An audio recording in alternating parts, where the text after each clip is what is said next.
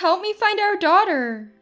On a family hiking trip, our 6-year-old daughter Agnes has gone missing. Despite calling out her name repeatedly, there's no sign of her anywhere. It's your fault for taking your eyes off her. You go find her yourself. In the midst of the chaos, my husband Zeke coldly shoots back and drives off alone. Wait, don't leave! I shout as I chase after the car, but my voice doesn't reach him. Left alone in the woods, I'm filled with dread about what will happen if I can't find Agnes. My name is Marley. I'm 35. Agnes, who just turned 6, is a very kind and adorable daughter. Zeke, who usually dislikes family outings, had suddenly suggested going hiking the day before. Zeke, the same age as me, is domineering and doesn't listen to others, a trait that's always bothered me. I wasn't thrilled about the hike, since my asthma had been acting up for the last 3 days. Clean air will cure your annoying asthma. Zeke decided without hearing our opinions. When did he start speaking to me so harshly? He was a kind person when we first got married. Is this how a couple ends up after 8 years of marriage? On the day of the hike, we drove for about 2 hours to get to the mountain. Upon arrival, Agnes jumps for joy. Wow! Look, Mom, I found these for you. She hands me acorns and pine cones she's collected. See, told you it would be good. Let's enjoy nature to the fullest. Yes, I'm glad Agnes is enjoying it. Although Zeke usually sleeps all day during his days off, today he's oddly excited, which feels a bit off. But I was happy that we could finally spend a normal family day. Let's go further in. The view is supposed to be amazing. After about 30 minutes of walking, I'm exhausted. Please, can we slow down a bit? If you don't keep up, we're leaving you behind. Come on, Mom, hurry up. The two of them get further and further away. I'm running low on stamina, and my throat starts making alarming noises as a cough sets in. Asthma here would be disastrous. Agnes is with Zeke, so she'll be fine. I should go at my own pace. Another 30 minutes later, I spot Zeke, but there's no sign of Agnes. Where's Agnes? She was with you, right? Yeah, she was, but she wanted to explore further and ran off. You let her go alone? She's too energetic for me to keep up with. If you're worried, go find her. She went that way. The direction Zeke points to is full of dense trees, and the path isn't clear. I must find her quickly. This is dangerous. Agnes, where are you? Answer me, Agnes.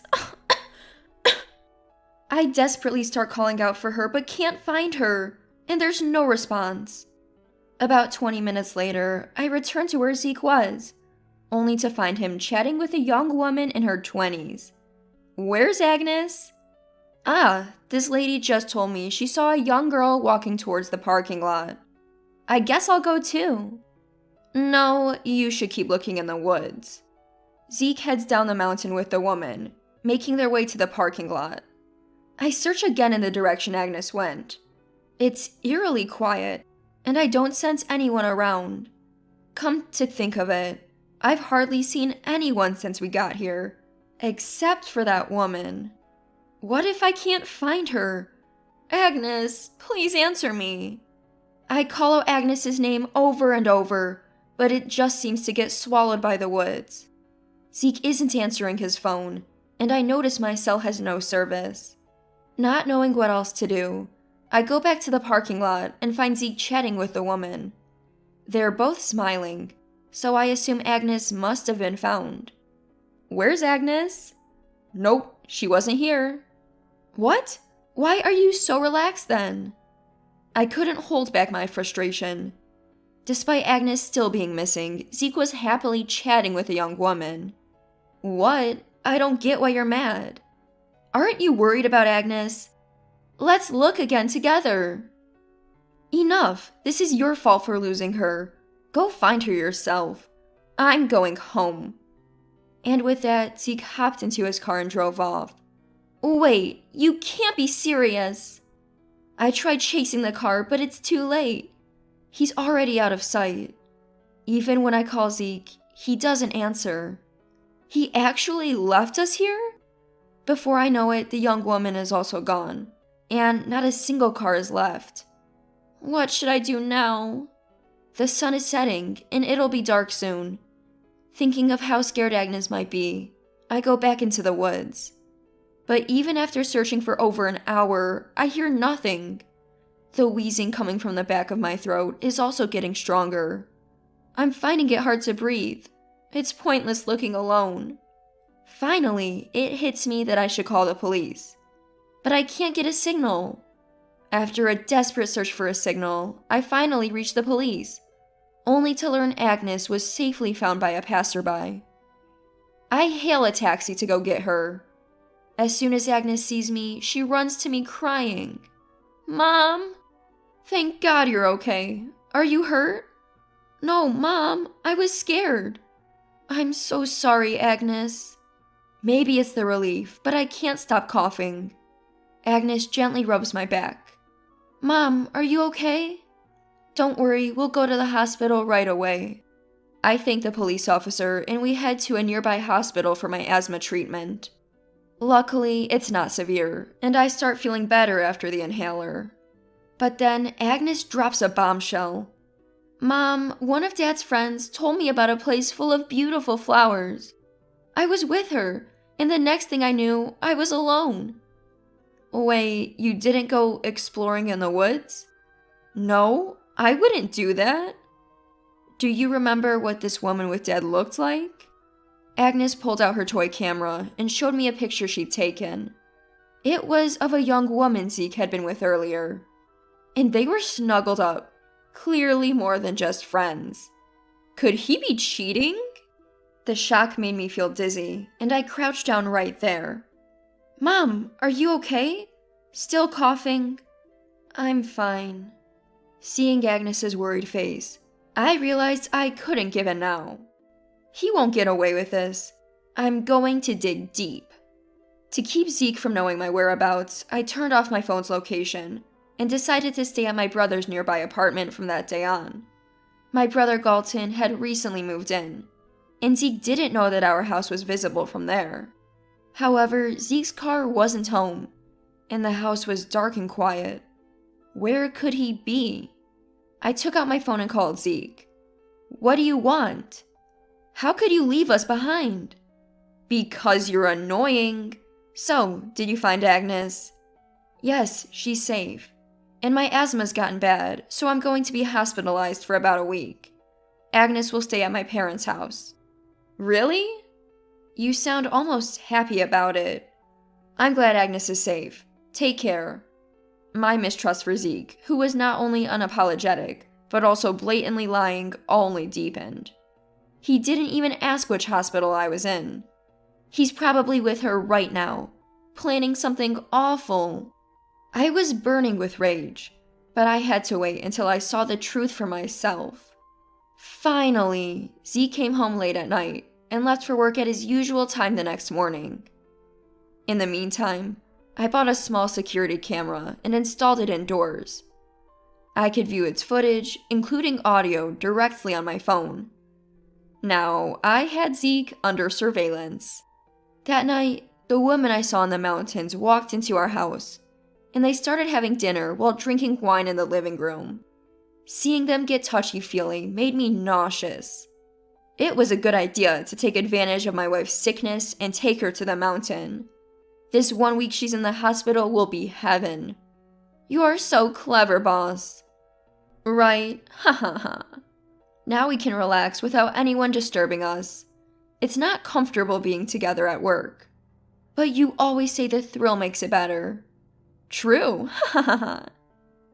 It seems his affair partner is a subordinate at his workplace.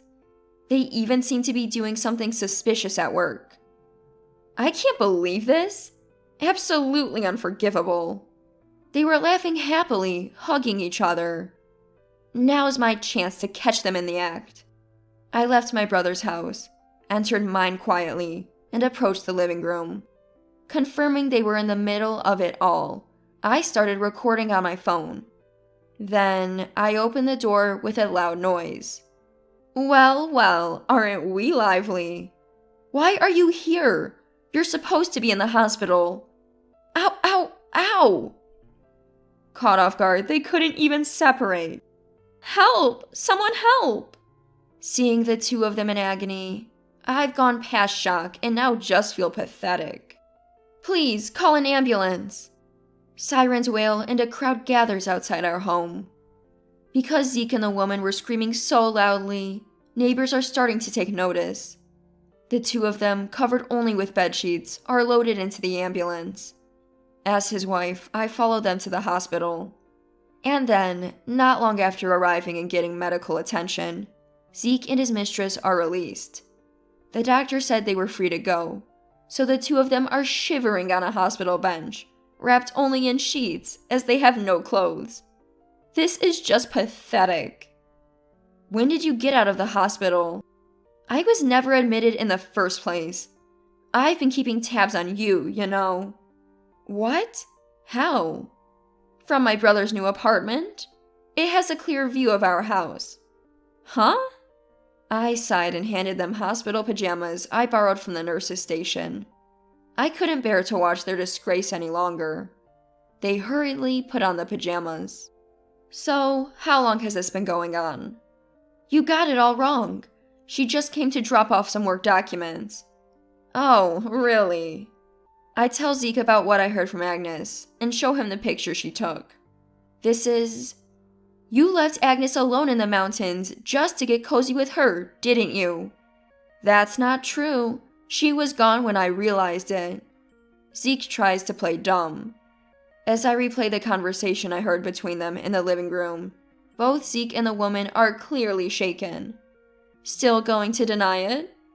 Well, about that. I can't believe you waited for me to be away to meet up with her. What's wrong with you? Look who's talking. You're the one spying on me. Can you say that after leaving our sick child and me alone in the mountains?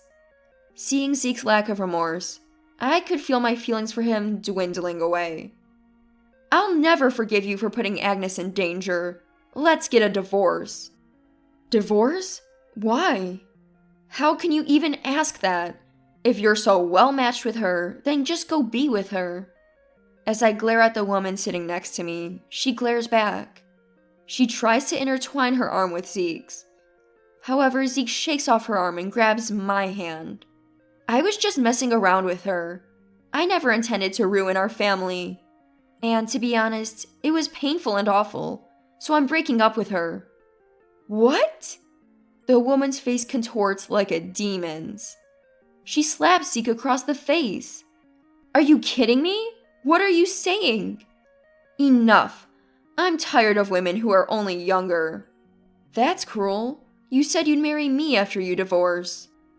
Watching their quarrel unfold, I'm beyond disgusted.